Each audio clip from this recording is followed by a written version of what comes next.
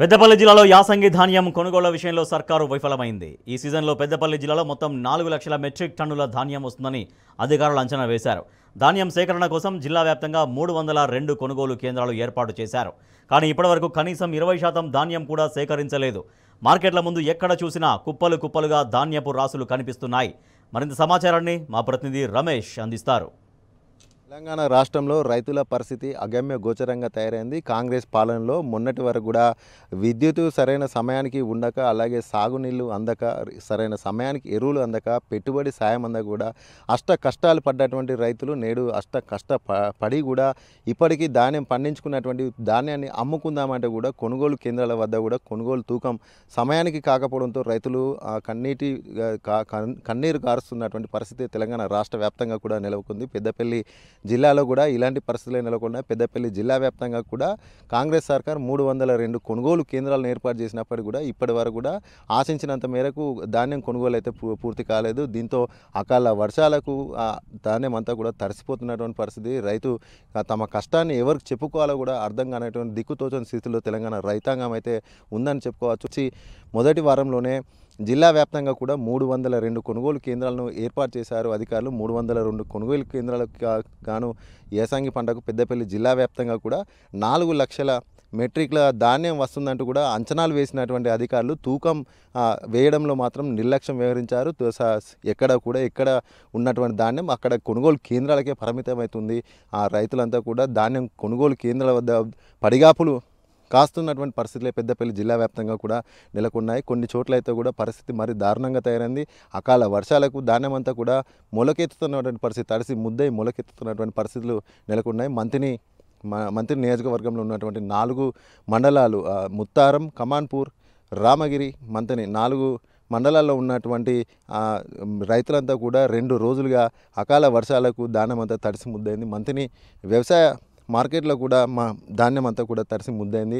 సరైన సమయానికి టార్పాలిన్లు ఇవ్వడంలో కూడా కాంగ్రెస్ సర్కార్ విఫలమైందంటూ కూడా రైతులు ఆవేదన వ్యక్తం చేస్తున్నారు. అంతేకాకుండా మంత్రికి ఎమ్మెల్యేగా ఉన్నటువంటి మంత్రి నుండి మంత్రిగా ప్రాతినిధ్యం వహిస్తున్నటువంటి ఐటీ శాఖ మంత్రి దుద్దిల్ల శ్రీధర్ బాబు ఇలాకాలోనే రైతులకు ఇన్ని కష్టాలు అంటూ కూడా ప్రశ్నిస్తున్న పరిస్థితి. ముఖ్యంగా మంతిని మండలం ఎగ్లాస్పూర్ గ్రామంలో ఉన్నటువంటి రైతులు నేరుగా శ్రీధర్ బాబును ప్రశ్నిస్తున్నారు. మంత్రి గారు కేవలం హైదరాబాద్కి పరిమితం అయ్యారు, కానీ మంత్రికి వచ్చేది లేదు, రైతులను పట్టించుకునేదే లేదంటూ కూడా నేరుగా శ్రీధర్ బాబుని మా ఎగ్లాస్పూర్ రైతులైతే కూడా ప్రశ్నిస్తున్నటువంటి సందర్భం కూడా మనం మొన్న వరకు కూడా చూసాము. మంతిని వ్యాప్తంగా కూడా రైతులంతా కూడా ఆందోళన వ్యక్తం చేయడం జరుగుతుంది. 15 రోజుల నుండి కూడా ధాన్యం కొనుగోలు కేంద్రాలకే పరిమితమైనటువంటి పరిస్థితి. మనం ప్రస్తుతం ధర్మారం మండల కేంద్రంలో కూడా మనం ఇక్కడ విజువల్స్లో కూడా చూడొచ్చు. ధాన్యం కొనుగోలు కేంద్రాలకు పుట్ల కొద్ది కూడా వడ్లు వచ్చినప్పటికీ కూడా మార్చి మొదటి వారం నుండి కొనుగోలు ప్రారంభించినప్పటికీ కూడా తూకం అయితే చేయడం లేదు. తూకం వేయకపోవడంతో రైతులంతా కూడా ఈ వడ్లనంతా కూడా నేర్పుకుంటున్నటువంటి పరిస్థితి.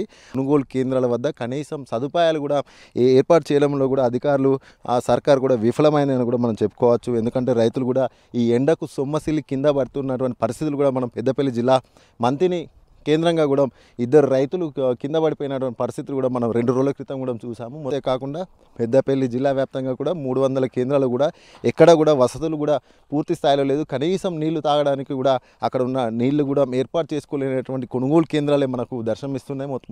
మొత్తంగా చూసుకున్నట్టయితే 302 కొనుగోలు కేంద్రాలకు గాను ఇప్పటి వరకు ధాన్యం కొనుగోలు చేసింది కేవలం 66,000 మెట్రిక్ టన్నులు. అంటే కూడా ప్రభుత్వం ఎంత నిర్లక్ష్యంగా వివరిస్తుందో మనకు స్పష్టంగా అర్థమవుతుంది. ముఖ్యంగా అధికారులకు అటు ప్రజా ప్రతినిధులకు సమన్వయ లోపం కారణంగానే ఒక సమీక్ష సమావేశం లేదు. సరైన సమయానికి కొనుగోలు ఏ విధంగా చేయాలి, రైతులకు ఇబ్బంది కాకుండా ఏ విధంగా చూడాలనేటువంటి ఒక సమన్వయ లోపం కారణంగానే ధాన్యం కొనుగోలు అయితే ఆలస్యం అవుతుంది. 2 రోజులుగా కురిసినటువంటి అకాల వర్షాలకైతే పెద్ద ఎత్తున కూడా మంతిని ప్రాంతంలో ధాన్యం అంతా కూడా పెద్ద ఎత్తున తడిసిపోయింది. రైతులంతా కూడా లబోదిబో అంటున్నటువంటి పరిస్థితి. గతంలో లేనటువంటి కష్టాలంతా కూడా ఇప్పుడు కాంగ్రెస్ పాలనలో రైతులైతే స్పష్టంగా చూస్తున్నారు. గతంలో కూడా ఎలాంటి ఇబ్బందులు లేకుండా రైతును హక్కున చేసుకున్నటువంటి బీఆర్ఎస్ సర్కార్ను గుర్తు చేసుకుంటున్నటువంటి పరిస్థితులు అయితే మళ్ళీ మనకు స్పష్టంగా కనిపిస్తుంది.